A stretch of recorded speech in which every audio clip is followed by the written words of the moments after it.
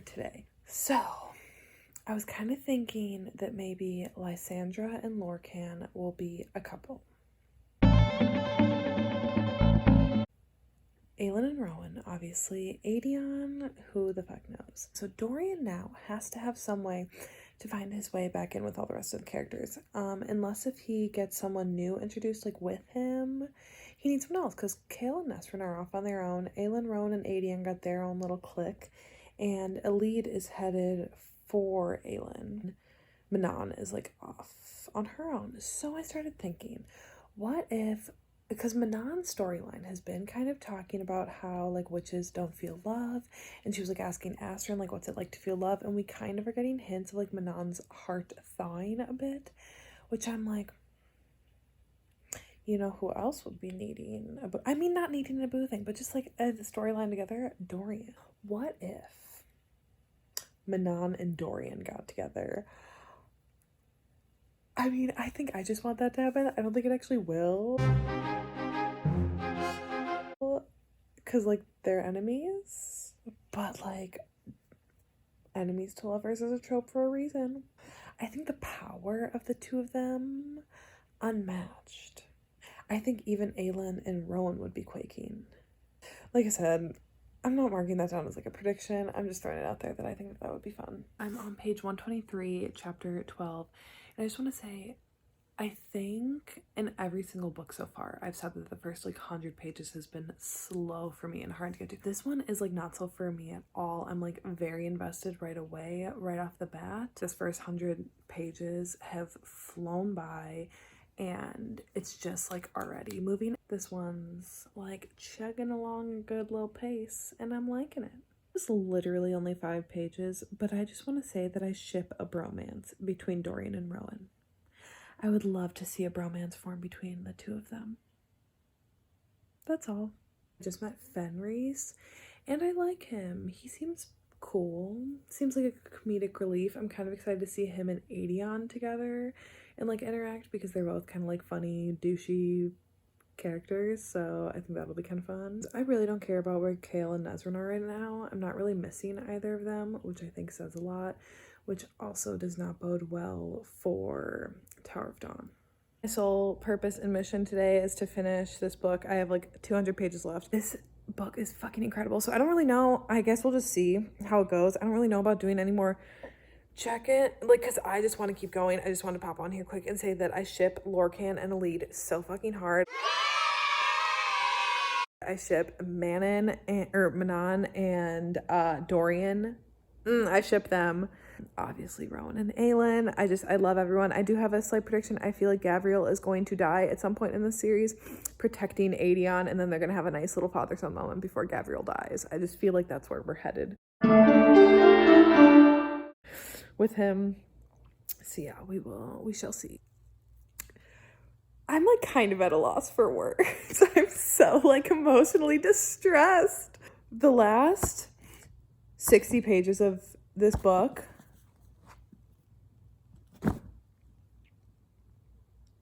I literally don't even know how to put into words, like, everything that I'm feeling. I hate Maeve, obviously. I'm shocked that Rowan and Aelin are mates. I mean, like, I get it. It makes total sense. And, like, there were definitely clues dropping along the way. And, like, their bond that they have, the Caranam or whatever that they have, it makes total sense.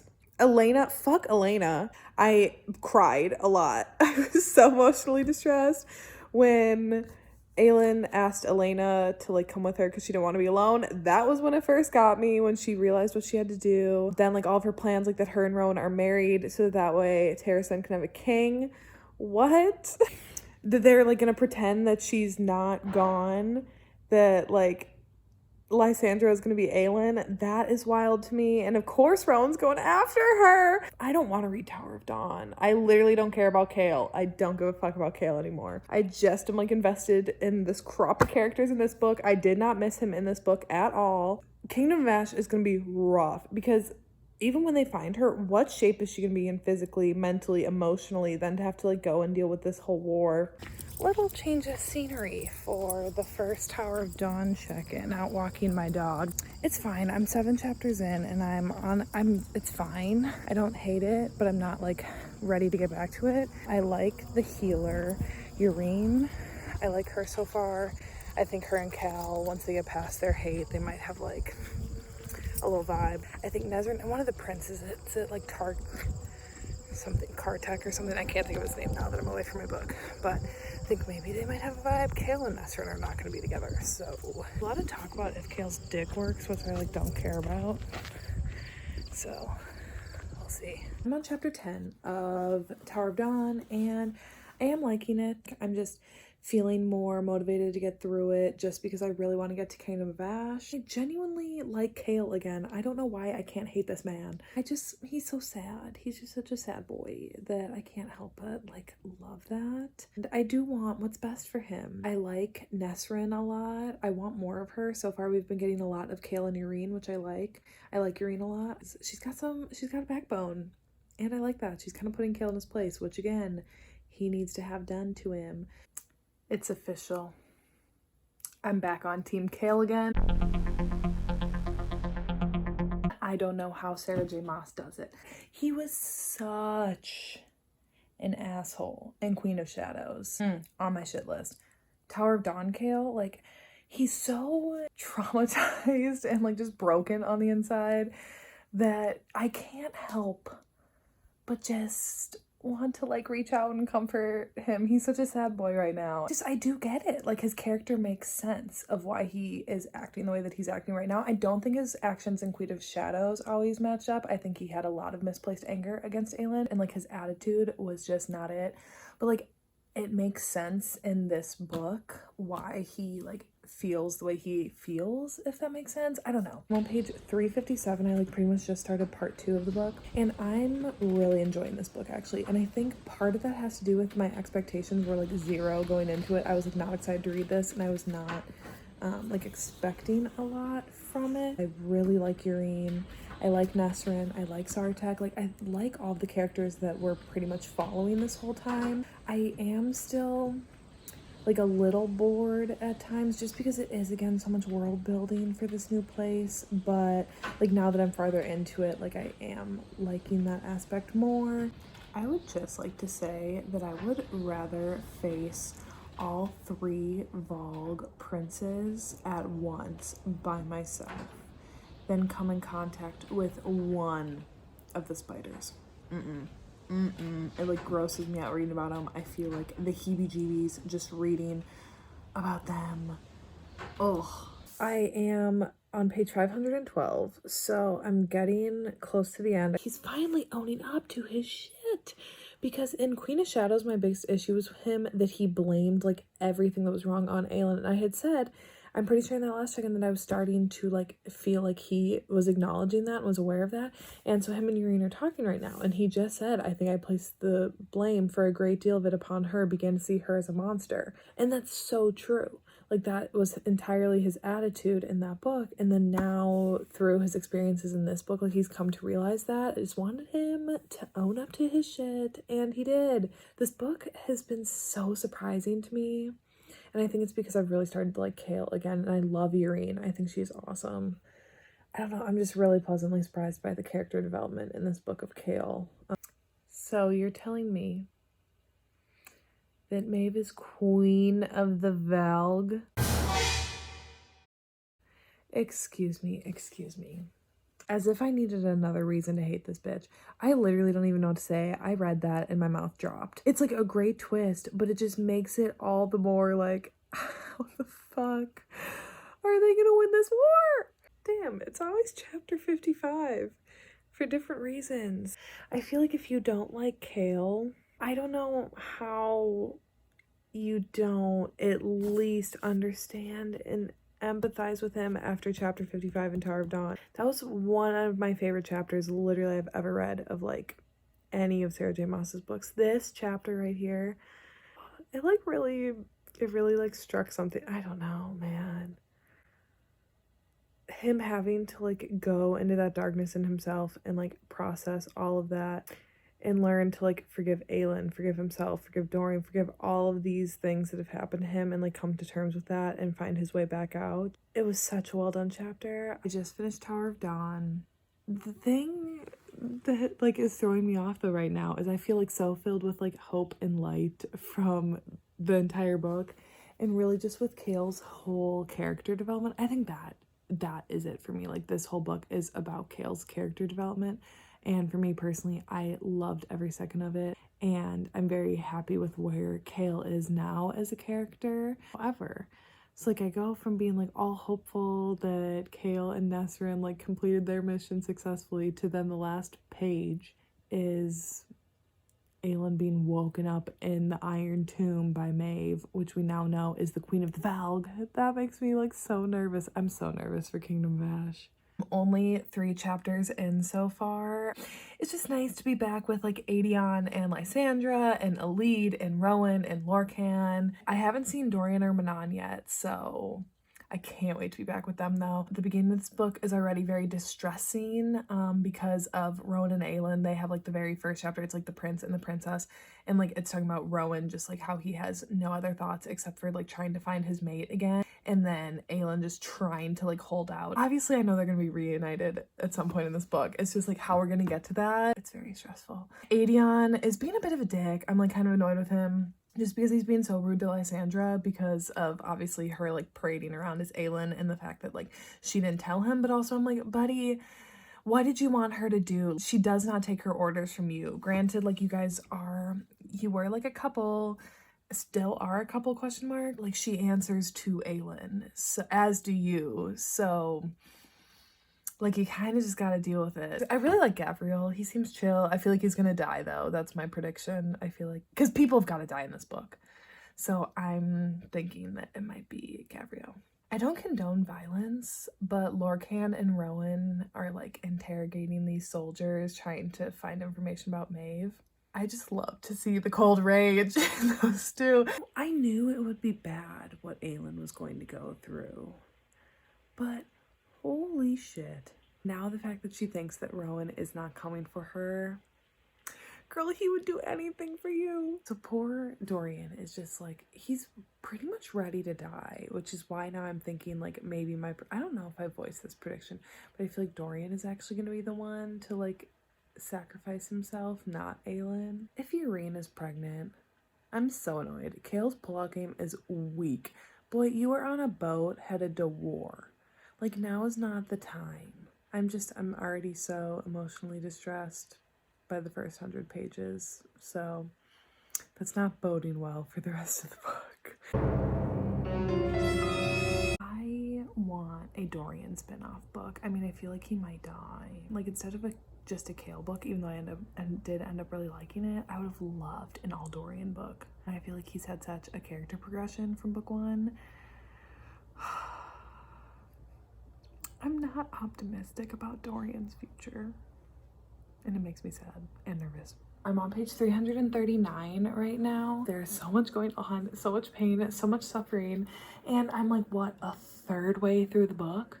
Not even like a full third way, maybe? First of all, I love that Nox is back. I completely forgot about him from the first book. So seeing him back, it pays to be nice people. It pays to be a nice person. Manon and Dorian, I don't think I've talked about enough how much I love the two of them. Not even like them needing to be a couple, just like their characters separately. I love both of them so much, and I love their dynamic together. So like, I don't care if they are never like an official couple. I don't even care if like that is between them anymore. I just want the two of them to always be together because their dynamic is fantastic. Oh, bitch. Rowan's quiet rage,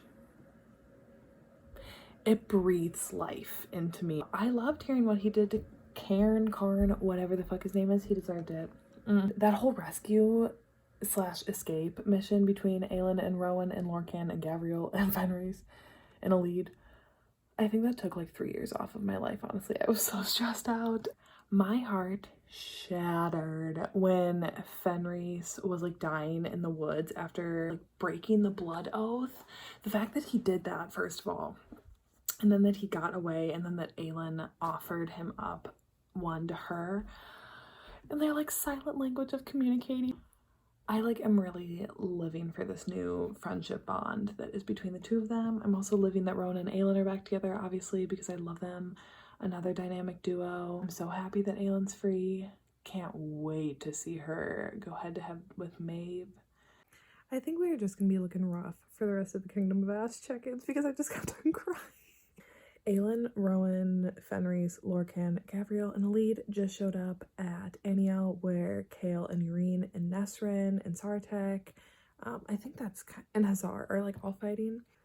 Aelin and Chaol's reunion was, that got me, and then her and Yrene seeing each other again for the first time in years after they had met on that like one brief occasion. I love seeing characters be reunited with each other after time apart, especially someone like Chaol and Aelin who have been together since the beginning. So to see them have both gone through such turmoil and then be back together, both of their spouses, and be like in a happier place. I mean, not happier place, but I feel like I'm just gonna cry the rest of this book. It's all very emotional. Manon just got crowned the queen of all witches, which is just like, such a cool moment again for a character that I just love so much. Like, there are so many good moments in this book so far that while I think there's going to be like a lot of despair, there are like just still so many like positive things going for people amongst all the shittiness. To see Manon come this far from like who she was in Heir of Fire to now is just, I love the character growth. Lorcan goes down, and then Elide realizes that Lorcan didn't come back, so when she ran out, oh my god. But her riding back with him and him saying like, I'll be with you always, I love you, and like preparing to jump, to like fall off the horse that way she could make it. Don't play with me like that. That broke me completely. I was literally like, I was sitting like this and like tears were just like falling out of my bed.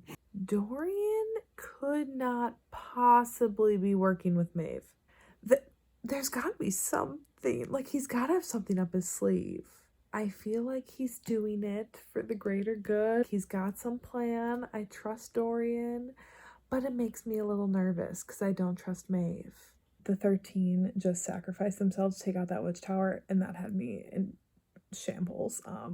Astrid's last words, like, I don't even want to get into it. It's making me upset again. So beautiful and so poetic, and a great ending for the 13, even though I'm really sad that they died. Just a prediction here. If Elide and Lorcan both live, I think Lorcan's gonna give up his immortality for her, and they're gonna like live out the rest of their days in Prince. I don't want it to be done. I don't want the series to be done. I'm really sad that it's coming to an end. Alrighty, kids. I think this is gonna be the last check-in before I finish the book. Where do I even begin? I was thinking, I'm like, what if Dorian and Aelin like went in together to forge the lock? Would that work? Could they both give like half of themselves, you know? So they tried that, obviously failed. I cried when Dorian's dad showed up, the King of Adorlin, because Jesus. That was emotional. And then Aelin, when she went tumbling through worlds, I'm like, is that Rhys and Feyre? That was totally Rhys and Feyre, right? And the people are like, what the fuck? You like didn't send them back, or you didn't send Erewhon back. You know what? I don't see any of you people able to do that. So shut your ungrateful mouths. Looking at you, Tower of Dawn folks. Okay, just one more super quick thing. So I don't know why this gets me, like it fills me with such joy, but as they're talking about marching into Orant, when they're describing how, like, who's in what formation, and the Dorian and Chaol are like together on the right flank. I just think it's seeing like them reunited again. It makes me so happy. I really love their friendship, and I really hope that they both make it out of this. Fingers crossed. I just finished Kingdom of Ash, and I don't know how to process. Pretty much like, I'd say the entire last half of this book, I was like crying every other chapter. This was a masterpiece. This was a fucking masterpiece. I called it that Gavriel was gonna sacrifice himself for Aedion. That really got me. Called it too that Lorcan was going to give up his immortality for Elide. We love it. What really got me the most at the end was Aelin, Dorian, and Chaol's like goodbye. Even though it wasn't a goodbye, like they're just going back to their own lands. They were the trio from the start of this, and then to see them all come together at the end through all of their differences, all of their shit that they went through, like the three of them each individually had such a rough go of it through these books, and to see them all like come out in the end. I love that Manon gets to go home to the Wastes, and that she may like go back and visit Dorian every once in a while. Love Yrene. Yrene, bitch. Yrene deserves all that is good. First Assassin's Blade check-in. I'm still with the Pirate Lord, which I'm loving because I kind of liked Rolf. I thought he was kind of fun. I mean, shitty person, obviously, right now, but I think he's like kind of fun. I know the outcome of Sam, so I'm trying not to get attached, but I do like him. I just finished Yrene's chapter / story in Assassin's Blade, and I'm so happy. That was the one that I was by far most looking forward to.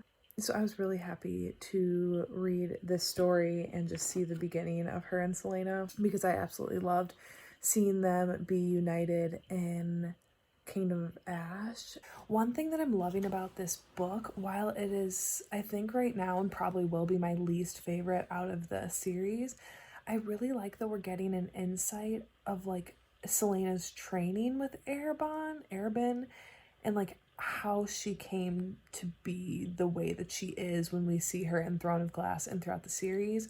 I'm on like page 155, and she was just saying how when Arobynn trained her from literally, like, I think we forget that she was a child, like she was a literal child when she got picked up by him, that when he trained her to see like everyone as a potential enemy and to like kind of assume the worst out of everyone. That's not a bad thing for her, because like in the world that she's living in and her circumstances, it's important that she doesn't just like trust everyone.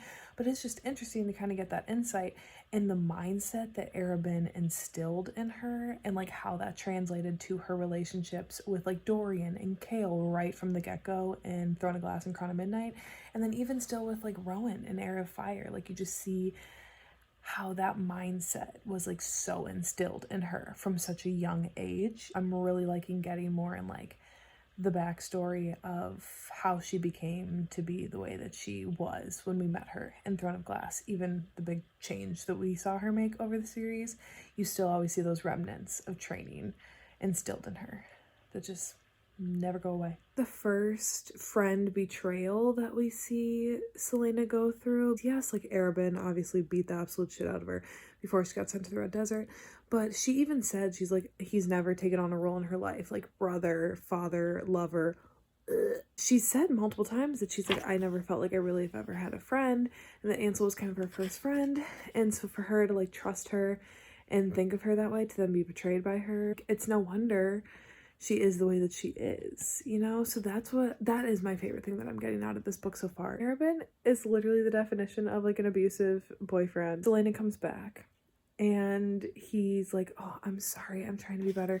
I went to the church and prayed. I'm like, don't use religion to cover up for your horrible actions. And now he's like getting her all these gifts, trying to be really nice to her. Like literally the chapter just started out and she got another present from Arobynn, and she's like trying not to be interested in it, but she is. I'm like, this is a literal abusive relationship, but we all knew this. It's not a surprise, but it's just seeing this again, because even when we saw Arobynn in the rest of the series, it was always either through Celaena talking about her past a bit, or it was in Queen of Shadows when he popped up for a hot second, but then he was dead. Seeing like the backstory of this whole relationship getting built up, because it is such a huge integral part of Celaena. I'm living for that little, what I'm assuming, I'm just gonna go with that it was, I don't know if it's ever confirmed, but I'm just assuming that little Dorian and Chaol little cameo there for a second. I miss the OGs. Random thought. I was talking to one of my friends yesterday, and we were like, you know who would make an iconic couple and who definitely like deserves each other? Ianthe and Arobynn. Think about it, ponder it. Ianthe from ACOTAR, Arobynn from Throne of Glass. They deserve each other. Just one thing that I need to say about Sam is that Sam kind of reminds me of Rowan a bit, not in the way of like personality wise or anything, but more in the way that he sees Celaena as she is and like accepts her. And that's something that I've realized that Chaol like never did. Sam and Celaena were just having a conversation and he like kissed her palm and she said it's like he's aware of the phantom blood on her hands but doesn't care. And yeah, I really don't want Sam to die. Obviously, I know it's happening, and I know his death serves a purpose, but it is just a bummer. I just finished Assassin's Blade, and therefore the Throne of Glass series. I'm heartbroken. I'm like so sad.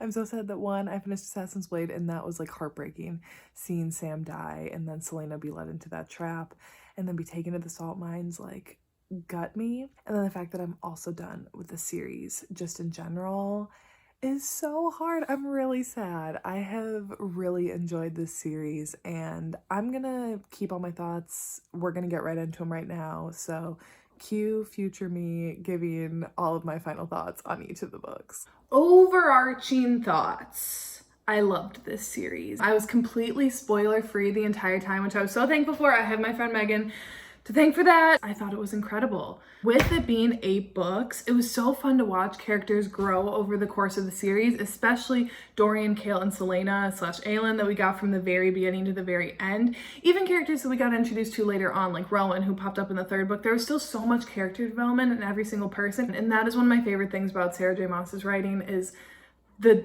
time and detail and attention that she takes to characters' journeys.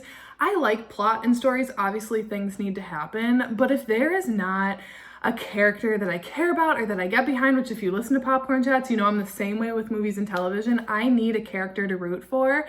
And in this series, I had like 8 people that I was rooting for at the end, pretty much all of Kingdom of Ash. I was just like, I just want everyone to be happy and healthy and safe at the end of this. One problem that I do have, I need an epilogue. I don't normally like epilogues that much. I kind of like when writers just like leave the series be and then you get to kind of decide. However, I want an epilogue for this. I want to see Yrene and Chaol's kid playing with Rowan and Aelin's child. I want Dorian and Manon. I want to see what they're up to because I guarantee they aren't married, but they're probably still like entangling. I want Lysandra and Aedion and Evangeline to be happy. I want to see it all. Let's move into the rankings. So I did rank these. I'm going to start from like least favorite to favorite. I do just want to preface this with, this is really hard to rank because genuinely each book I loved and I really enjoyed. While like these ones are going to be at the bottom, that doesn't mean that I don't like them or that I didn't enjoy reading them or I don't think that there are aspects of them that I really liked. It's just that like in the scheme of things, you know, there are just things in other ones that I liked better. So with that being said, at number 8 is the Assassin's Blade. I feel like that's kind of typical. These prequel / novella type books just are not. Sorry, my dog's sitting here. They're not my favorite. I thought The Time in the Red Desert was really cool. So I read this out of order. I did read this after Kingdom of Ash, which I know you're not supposed to do. I did it anyways. I was really shocked when Ansel was like super shady because in Empire of Storms and Kingdom of Ash, she like came in clutch. So I was like, wait. She's shady. Oh, okay. My favorite story from this by far is with Yrene because Yrene is my queen and I cannot wait to talk about her in Tower of Dawn. I really tried not to grow attached to Sam in this. However, that didn't work, but oh, I knew what was gonna happen, but it was just so hard. I really did like his dynamic with Celaena. I thought him and Celaena are meant for each other, just like how Rowan and Aelin are meant for each other, if that makes sense. You know, like he was Celaena's mate. My favorite part of this book though was seeing the relationship with Erebon, whatever that dude's name is. I literally don't care at this point because he is scum. I absolutely loved seeing the look into this relationship because it's so important to who Celaena / Aelin is and her history. So we get that in Throne of Glass, Crown of Midnight, Heir of Fire, Queen of Shadows. We finally get him in Queen of Shadows. But you're hearing all this about Erben and you're like, who is this dude? So getting the context of the manipulation that went on in this relationship, I felt like was so vital to Celaena's backstory. That was super important to me and I thought was like by far the best part of this book. Number 7 on the list is Throne of Glass. Again, it's not here at the bottom because I didn't enjoy it. I did, it's just, I felt like the series got better and better and better each book as it went on. I did really love the introduction of Dorian, Chaol, and Celaena. I keep on wanting to call her Aelin, but like Celaena, she's still Celaena at this point. It set up a lot of great mystery for the rest of the series, so it was great. It did feel very YA to me, which I think is why it kind of shocked me a bit because I was coming into this expecting like ACOTAR. I was expecting for it to read like a little more like new adult, and it really was reading like YA. Not that there's anything wrong with that. I think just my expectations were not where they should have been. I think the trials were a lot of fun in this too. I liked that style compared to the other adventures and plot lines that come out in the rest of the series. This one just feels like a little like boring in hindsight. Like I said, I loved the establishment of the Chaol, Dorian, Celaena dynamic because they remained my ride or dies through the whole series. In 6th place, we have Crown of Midnight because again, they just got better and better as we kept going. I really liked this book and I don't get a lot of the hate that it gets. Like I feel like when I've seen other people's videos, they say like Crown of Midnight is like the worst one out of the whole series. I personally really liked it. I thought the extra mysteries that were starting to unravel were really cool. I liked the more depth that we were getting and more into Elena, which we ended up hating her by the end, but at least at the time it was interesting. I liked the more established relationships. I was a big Celaena and Chaol fan, RIP to that. I also loved Dorian starting to have some powers. That was so cool. Loved that we got to see more of like the badass Celaena because in Throne of Glass, I was a little disappointed because it's like she's built up to be the best assassin in the world, but we don't really get to see too much of her like badassery at all. Yeah, she does some cool things, but not really what you think of when I hear like greatest assassin. I want to see some action, and we didn't really get any. Crown of Midnight, we started to get some. It only got better as the series went on. We only got more, but Crown of Midnight, at least we got a little more. Like when Chaol got kidnapped and she went swooping in, that was fun. I loved to see it. That's what I wanted more of, and thank God the series got more of it as we went on. Mostly though, I was so surprised when Nehemia died in this. I was thinking like, this girl has so many mysteries wrapped around her, so many like questions that I need answered from her. And then she just died. That was like the first character death in this that I was like, oh, ooh, we're getting somewhere. I love character death. But however, I wanted her to stick around more. I did like her, but as usual, deaths serve the protagonist's character development, and that definitely is the case with Celaena going into Heir of Fire. I did like the reveal at the end about the whole Celaena, Aelin dual identity kind of thing. That was cool. Now I know I'm about to piss some people off with this one. But number 5 is Heir of Fire. I know it's like everyone's favorite book, and I totally get it. It is a great book. This one, however, is one that I think is going to be better for me on a reread. This is where the series really turned for me, where I was finally like, yes, I am like invested and really into this. The reason why I think I'm gonna benefit the most from rereading this one is because I need to like see Rowan with how I know Rowan now. Like I said, I was unspoiled, so I did not know that Rowan was gonna come in here and be Celaena's mate. So I was like, this dude is trash. He's so rude. I was like not on Team Rowan at first. I never really like disliked him or like hated him. He was just not really my favorite. I'm still on Team Chaol at this point. By the end of this book, I was not anymore. However, at the start, I was like, he literally just punched her in the face. That's rude. And also I want to see Manon's beginning again because there were so many world building aspects to Manon's story in this. I did find it getting like a little boring. Also, we had established Celaena, Chaol, and Dorian in the first 2. And that's who I was invested in this book. So when it got to Manon's parts, it wasn't that I didn't care, it's just like I just wanted to get back to the 3 characters that I had grown to care about. However, Manon did end up being one of my favorite characters of the whole series. So that's again why I think rereading this one would be a lot better for me. I did really like getting out of Rifthold in this one. That was something that by the end of Crown of Midnight I was really itching for. I also really liked the training aspect in this one. It reminded me of Feyre and Rhys's training when Aelin and Rowan were training in this one. I just think I like the training sequences. I think that's cool. However, by far my favorite part of this book was just the journey that Aelin goes through in it. She has had like an extremely traumatic life leading up to this book. So seeing her finally kind of confront those things, and then her survivor's guilt over Nehemia's death is just, I love seeing characters pull themselves out of darkness, and that's what we got with Celaena in this book. And that's what Rowan kind of walked her through as well, but it really was Aelin on her own. Like, yes, Rowan was there for it, but like, he was not the one who ended up having to do the work.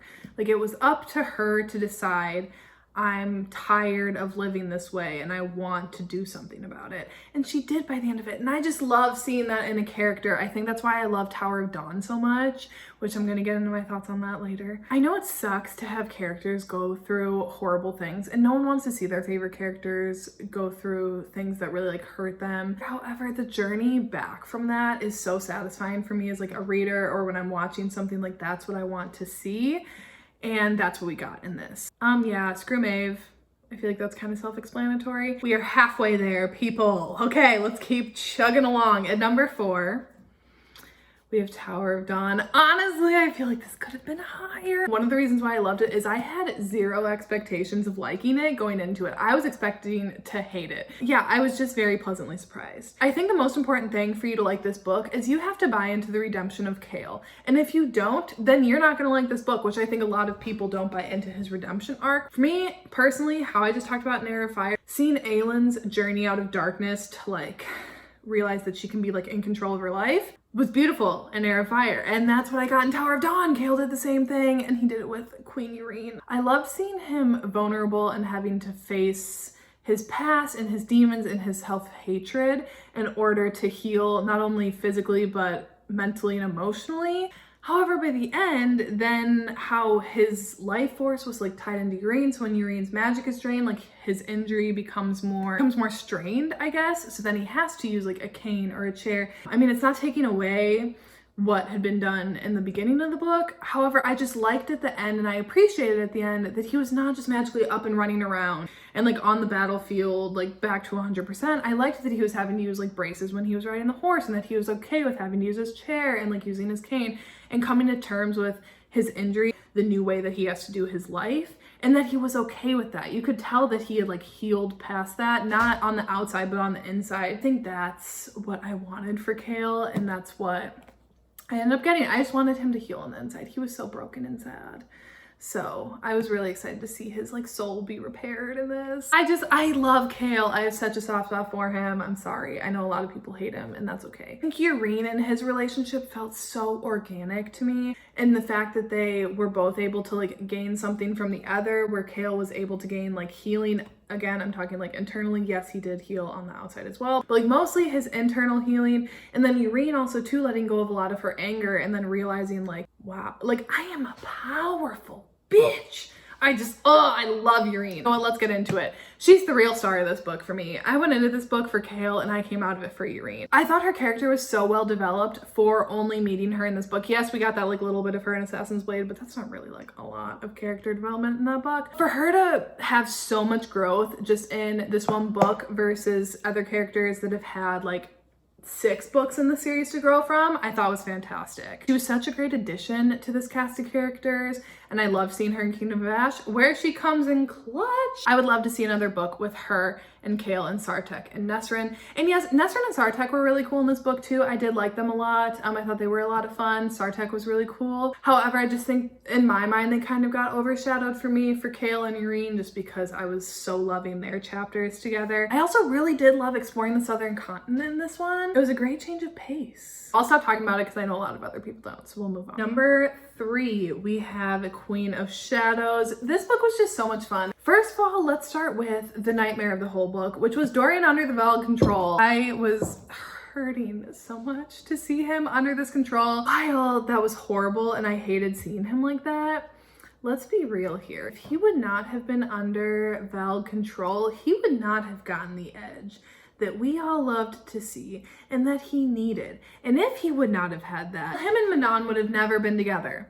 Manon would have ripped him to shreds. She would have been way too much woman for him. He needed that edge. So while we didn't love to see it, I'm glad what we got out of it. Also, finally seeing some of the characters from the first 3 books interacting was really fun. I like seeing Manon finally like meet the other 3 that we had kind of been following so far. That was explosive. Aelin and Manon together are just so much fun. So I really liked that a lot. Dorian's little like nod to Manon when they're in that like field somewhere and like their little moment, I screamed. I knew right in that moment, I'm like, I need these two. I liked it, Aelin being back in Rifthold again. I liked her being in Mistward in Heir of Fire. That was cool, but I did like seeing her back and like interacting with everyone again, even though Chaol is such a jackass in this book to her. This Chaol, trash Chaol.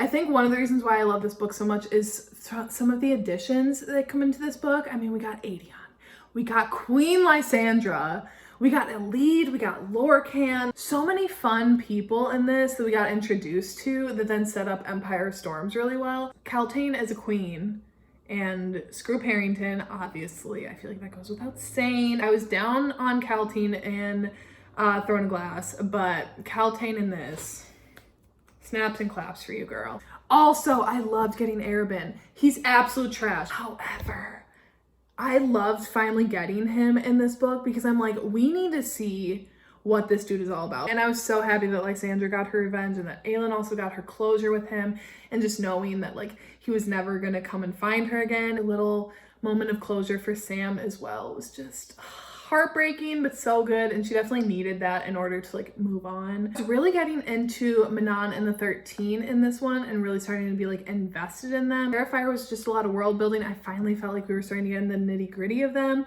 in this one, and that was awesome. Also, the sexual tension in this book, I was living for it. I love the angst, I love the tension, and that was great in this. Finally, I loved the ending of this book. Dorian and Aelin's joining of power, so iconic. I loved it. I really liked getting to see like their first joining of power in this, and then how that builds off for Empire of Storms and Kingdom of Ash. I was living. Their friendship is just so pure to me. I will forever love Dorian, Aelin, and Chaol's dynamic, like the 3 of them.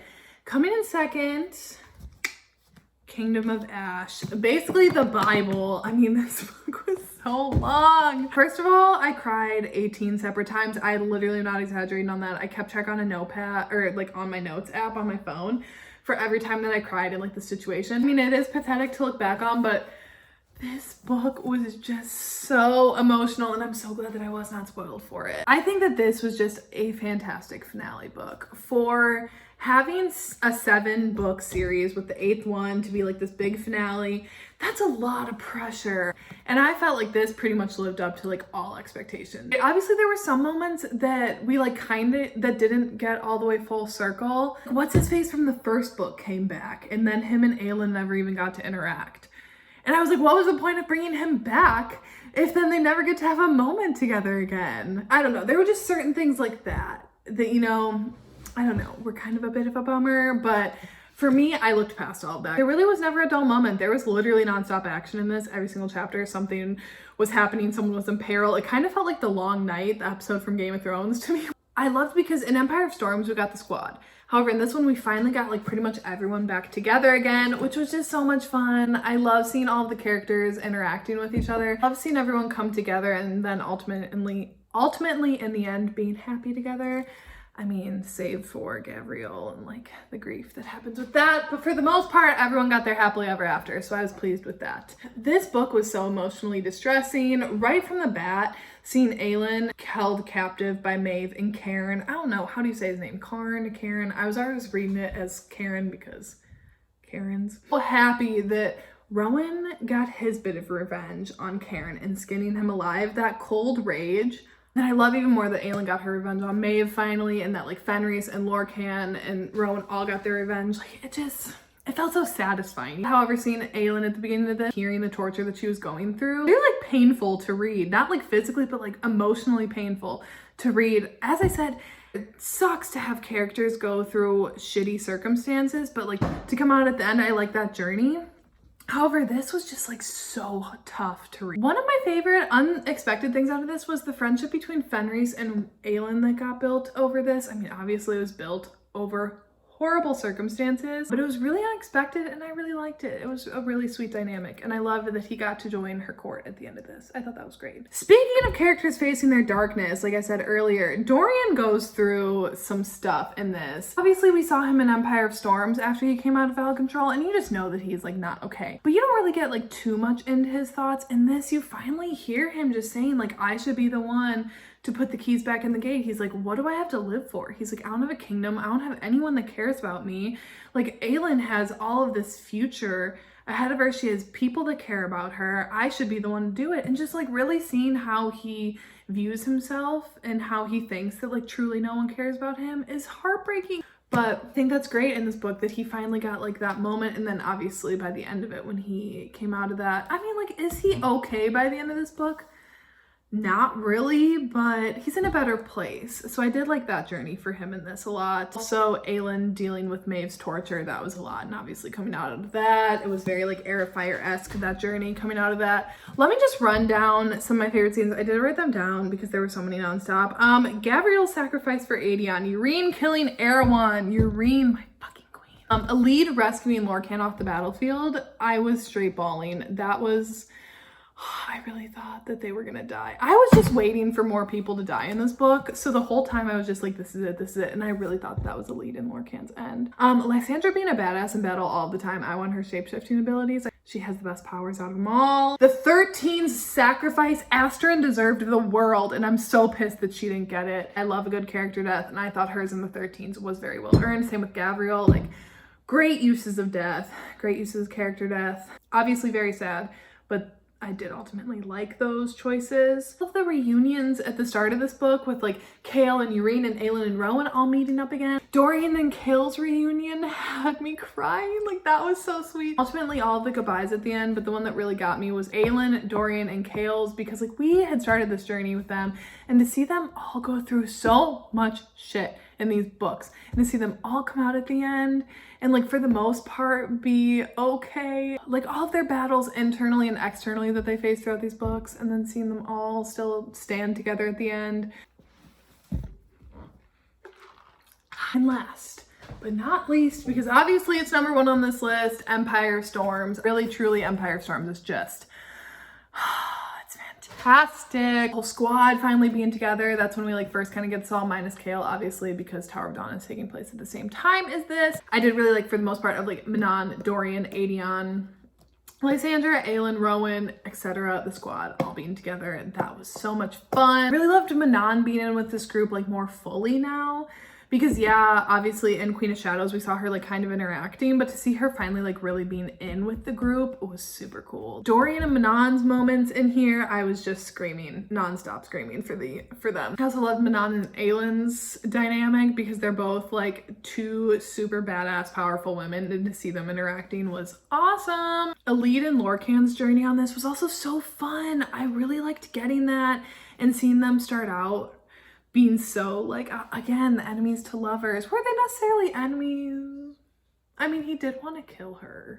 I really bought into their journey and their relationship, that then by the end of this, when Lorcan does what he does, ooh, I was so upset with him. Okay, I don't know what it is about this scene, but the scene out when they're in the final battle on sea at the end of the book, Rowan's like commanding one of the ships and Dorian's commanding another, and I think Aedion's maybe commanding the other ship, but Dorian and Rowan's moment together, them shaking hands, and Dorian's like, it wouldn't be such a bad thing to die for friends, and Rowan was like, oh yeah. I don't know what it was about seeing like the two of them interact with each other, and then also seeing them fight side by side, mainly because I love seeing when Dorian's power comes out, and I love seeing Rowan's power come out. I think that's just so fun. But seeing the two of them fight side by side got me like all warm and fuzzy on the inside. I don't know if it's because of like the guy who's been with Celaena from the very beginning and like has been such a good friend to her, minus when he was under Val control, but like this whole time always kind of watching out for her, and then her mate fighting and her husband, as we later learned, fighting side by side. That was just like, I don't know what it is about that scene, but I loved it. The time spent in Skull's Bay, I thought that was a lot of fun. So then when I read Assassin's Blade, I was excited to see more of Rolf and like the beginning of that. And when Lysandra turned into that water dragon, honey, she deserves all of the money in the world. She deserves all of the peace and happiness she can get. Her, Yrene, Aelin, Manon, Elide, all the ladies deserve it all. There's never a dull point in this book, and I think that's why I love it so much.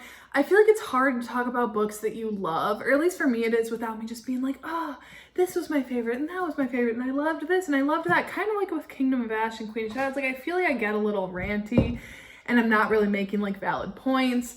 So I don't know, maybe I should just cut it here. I will just say the ending of this, I did not see coming at all. I was in like legitimate shock for hours after. And Rowan coming, not only, okay, hold on, back up. Not only was it so painful seeing Aelin whipped again, because as we know from her time in the salt mines, like she mentions it multiple times over the course of the other books that like she will never be whipped again. Like she will never be treated like that again. And then to see that happen. Maybe I haven't given enough recognition to how much I love Aelin throughout this whole series. I feel like I've talked about like Rowan and Dorian and Chaol and Manon. Aelin, for me, her character development from where we saw her in Assassin's Blade to where we see her in Kingdom of Ash, and ultimately making the choice to save Elide and sacrifice herself instead. Aelin's character development is just out of this world to me. She's so well written, she's so dynamic, she's so flawed and scarred, but also yet like so powerful and strong and resilient. Her resolve in Kingdom of Ash to like not let it all break her, just A+. And then the moment when Rowan comes on the beach after they like take Aelin and dip, and he's like, where's my wife?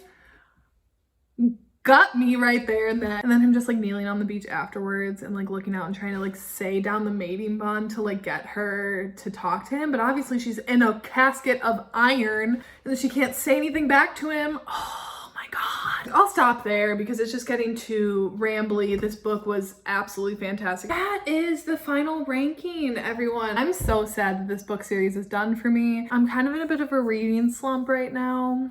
I am reading a few books that I'm liking. It's just, I really am going through like withdrawal from these books. I'm so glad that I read it. And I'm so glad that I was able to stay spoiler free. It was just such a fun time reading them. Not only did I love the series, but it was a fun time reading them along with my friend Megan when I was like snapping her all the time and being like, oh my God, this is happening. And she was like jotting down my predictions. So she was like keeping track of everything that I was reading. And then so when we were done, we were looking back at all that. Like it was just such a fun time with her. I'm really sad that it's all over. For the most part, I feel like there were so many likable characters and so many characters to root for and get behind, like Aelin, Rowan, Lorcan, Elide, Fenrys, Gavriel, Aedion, Lysandra, Manon, Dorian, Chaol, Yrene. Am I forgetting anyone?